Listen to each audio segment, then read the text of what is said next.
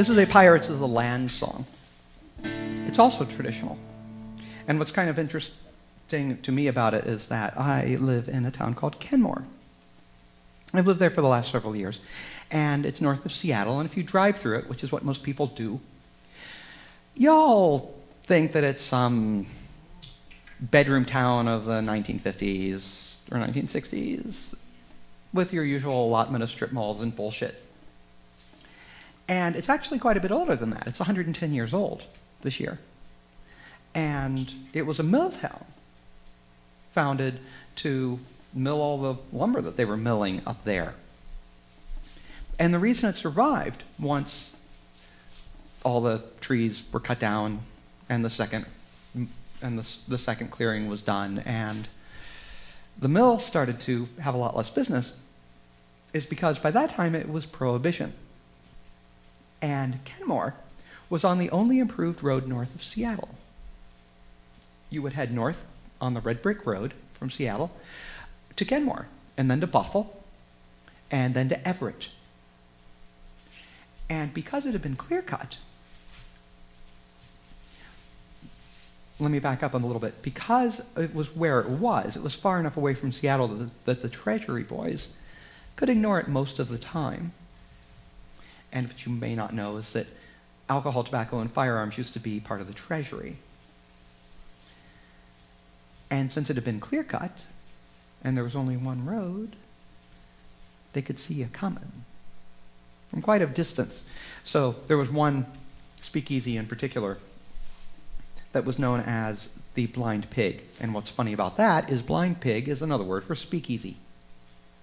And they had a sign up, basically, that said illegal booze.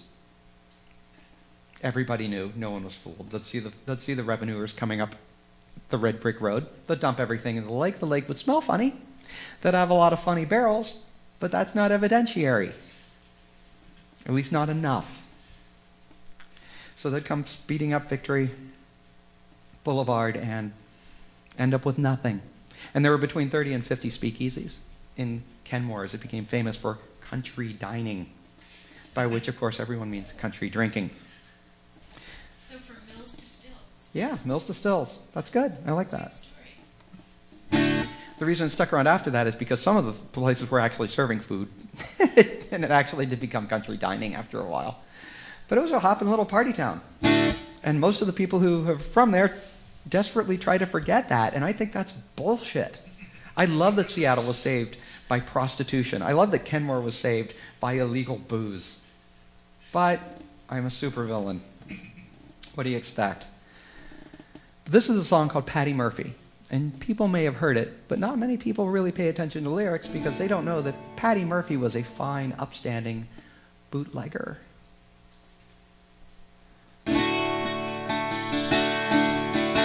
Oh, the night that Paddy Murphy died. There's a night I will never forget. Some of the boys got loaded drunk, and they ain't been sober yet.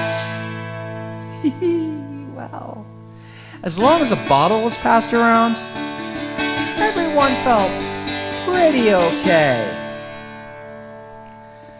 And then Jack O'Leary showed up with those bagpipes, and well, that's when shit got crazy. That's how they showed their respect for Paddy Murphy. That's how they showed their honor and their pride. They said it was a sin and a shame, and went to one another. Every drink in the place was full, and night Paddy Murphy died.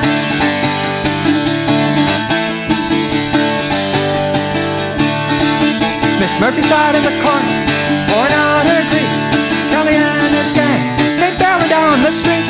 They went into an empty room and a bottle of whiskey stole. With that bottle, with the corpse to keep that whiskey cold. That's how they showed their respect for Paddy Murphy. That's how they showed their honor and their pride. They said it was a sin and a shame, went upon another. Every drink in the place was full, and night Paddy Murphy died.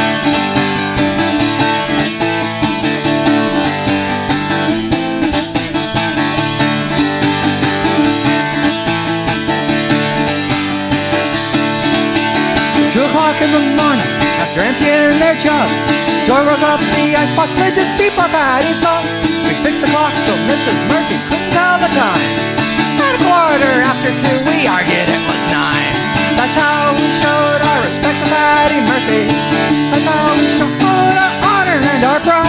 said it was a sin and a shame, and went to one another.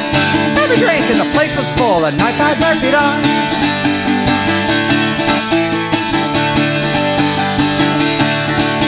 We stopped the hearse on Victory, on Side Kenmore Saloon. We all rolled in at 8:30 and staggered out at noon. We went into the graveyard, so holy and sublime.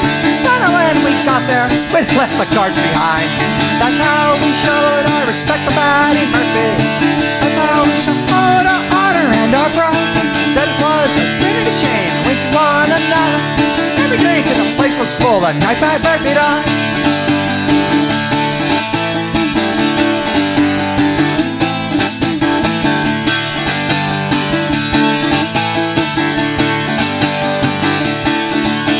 The night that Paddy Murphy died is a night I'll never forget.